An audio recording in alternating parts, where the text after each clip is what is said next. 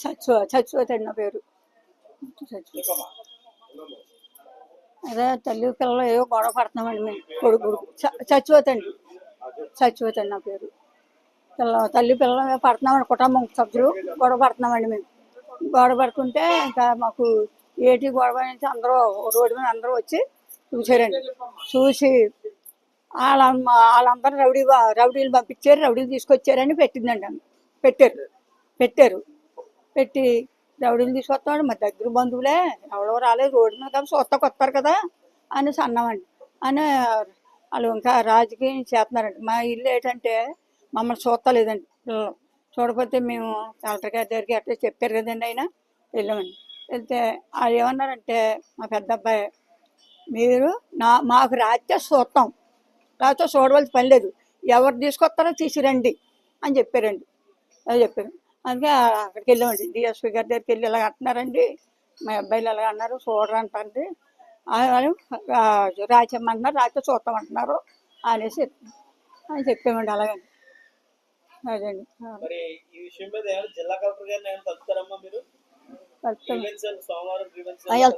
వెళ్తామండి సార్. చేస్తామండి సార్, చేస్తామండి. డోర్ నెంబర్ అని చెప్పండి.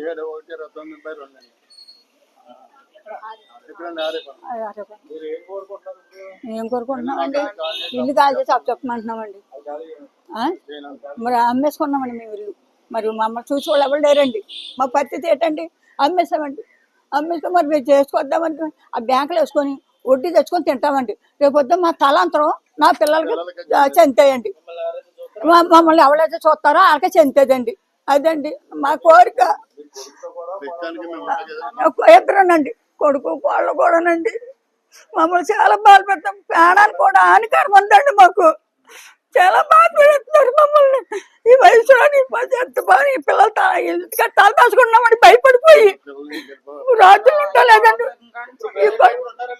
ఇంట్లో ఉన్నామండి, మా ఇంట్లో ఉంటున్నామండి. సాయంత్రం మాకు ఇంటికి వెళ్తామండి. అదండి మాదండి ఉంటుందండి 70 లక్షల దాకా ఉంటుందండి. 72 గజాలండి. 72 అండి. అదే భయం అండి. ఇప్పుడు అదే చెప్తాను సారు,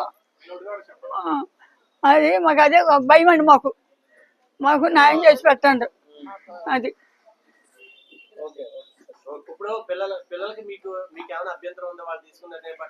వాళ్ళు ఏ నిర్ణయం తీసుకున్నా మాకు అంగీకారమేనండి. మాకు ఎటువంటి ఇబ్బంది లేకుండా మంచిగా బతికే ఉంటే చాలు. వాళ్ళ ప్రాణాలతో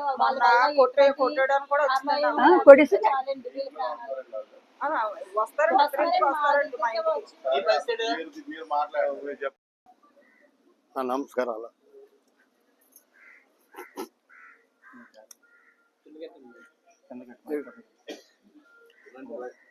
ఇక్కడ మా కుటుంబ సంవత్సరంలో మా తండ్రి కొడుకులు గొడవలు పడుతున్నామండి. గొడవలు పడుతుంటే మధ్యలో కొంతమంది వచ్చి ఇది రాజకీయం చేస్తున్నారు. నా పేరు జుత్తుక అప్పనండి. రాజకీయం చేస్తున్నారు. రాజకీయం చేయకుండా మరి మీడియాలో అందరూ కూడా దయచేసి అది రాజకీయం చేయకుండా రాజకీయం చేసే వాళ్ళని కొద్దిగా మందలించాలనేసి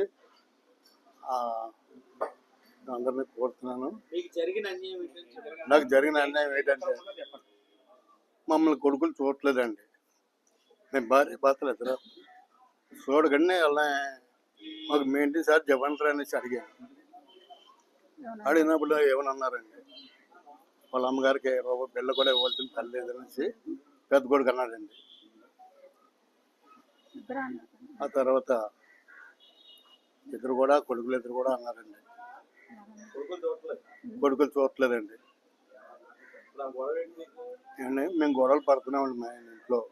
ఇది మా కుటుంబ సమస్య అండి.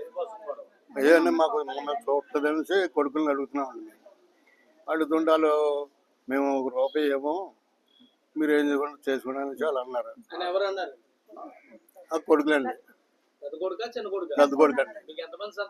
నాకు 5 పిల్లలండి. మగ పిల్లలు 2 అండి, అమ్మాయిలు 3. ఆస్తి గొడవ గురించి దాని గురించి గొడవ పడుతున్నామండి.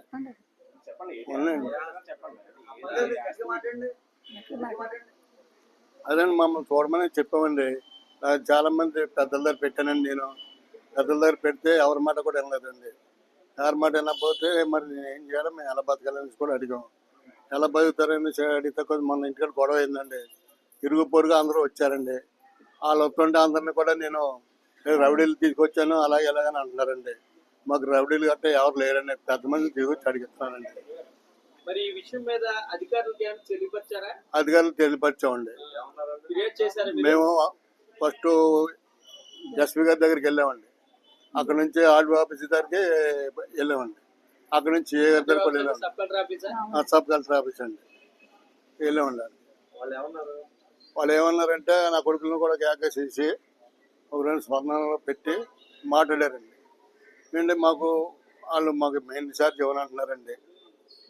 అంటే మాకు మేము అతికించుకొని బతుకుతాం, మాకు కాల్ చేసి అప్పచెప్పించండి అనేసి సబ్ కలెక్టర్ గారి ఆఫీస్లో నేను చెప్పానండి. మీ ఇంట్లోనే ఉన్నారా మీ పిల్లలు? మా ఇంట్లోనే ఉంటున్నారండి. పైన ఏమో ఒకడు ఉంటున్నారండి, మా ఆయన నేను ఉంటున్నామండి, కింద చిన్నవాడు ఉంటున్నారండి. నా కష్టార్జితం అండి ఆస్తి, తాతలు ఏం కాదండి. ఎప్పుడు కొన్నారండి ఈ ఆస్తి? మా ఆస్తి కొన్నదే 2006లో కొన్నామండి. 2006లో కొని ఇల్లు కట్టుకున్నానండి. ఇల్లు ఇచ్చేమంటారా? ఇల్లు ఇచ్చామంటలేదండి, ఖాళీ చేయని అంటున్నారండి. మమ్మల్ని చూడండి అంటున్నారు, ఖాళీ చేయని అంటున్నారు. పెద్ద మీకు ఏదో 10 లక్షలు ఇచ్చారని 10 లక్షలు ఆ వయసులోనికి ఆ 10 లక్షలు ఎలా వస్తాయండి? వయసు అంటే అంత వయసు ఉంది. అప్పుడు ఉంటే ఒక 20 సంవత్సరాలు ఉండొచ్చండి. అప్పుడు మీ అబ్బాయి ఏం చేసేవాడు? వాటర్ పనేనండి. అప్పుడు వాటర్ పనేనండి. ఇప్పుడు మీరు ఏం కోరుకుంటున్నారు? మేమేం కోరుకుంటామంటే మాకు ఇల్లు కాల్ చేసి చెప్పమంటామండి. మేము అతికించుకొని బతుకుతాము, లేకపోతే నా ఆస్తిని నమ్ముకొని ఏదో చేసుకుని మేము బతుకుతాం ఆధారం లేదు కాబట్టి అడుగుతున్నారు. అడుగుతున్నామండి. అదండి అధికారులన్నీ ఇప్పుడు ఖాళీ చేసి చెప్పమని ఇవ్వండి ఆర్డీఓ గారు లెటర్ ఇచ్చారు. పత్రం ఏమైనా ఇచ్చారండి? ఇచ్చారండి.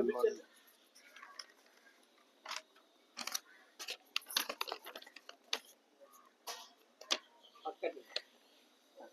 ఇదిగోండి.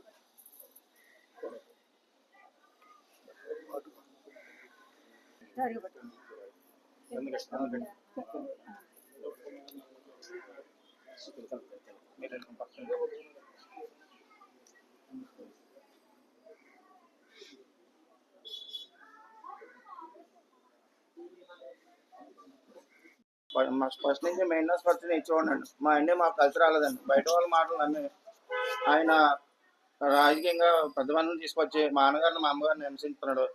అందరినీ రోడ్డుకి లాగారండి. నన్ను కూడా ఇందులో ఇన్వాల్వ్ చేసి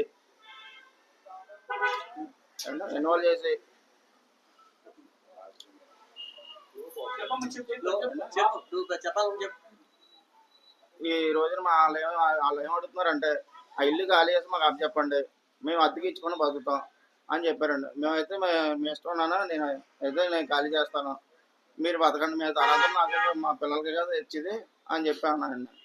ఇప్పుడు మీ 5గురిలోనే 4 పక్క మా అన్నీ అయితే మా అన్నీ మంచిదండి.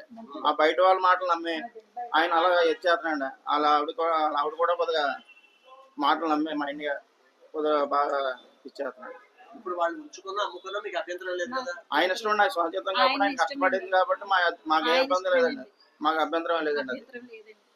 అది పార్టీ అంటే ఏం కదండి, పెద్ద మనుషులు 4 తీసుకొచ్చి అడవాడు చేస్తున్నాడు. మా నాన్నగారు రేపు పొద్దున్న ఏ హాని జరిగినా అమ్మగారు మా నాన్నగారికి రేపు పొద్దున్న వాళ్ళు ఎవరైతే మనుషులు తీసుకొచ్చారో మా ఆయన వాళ్ళతో బాధిస్తా. రేపు పెద్ద ఏం జరిగినా సరే వాళ్ళతో బాధిస్తండి. కలెక్టర్ గారి దగ్గరికి వెళ్తారు కదా? వెళ్తామండి. కలెక్టర్ గారి దగ్గరికి వెళ్తాం. మన ఆయన చేయమని చెప్తామండి అంతే. మీ తల్లిదండ్రుల పక్షం నిలబడతారా? మీ పిల్లలు నిలబడతామండి. ఇప్పుడు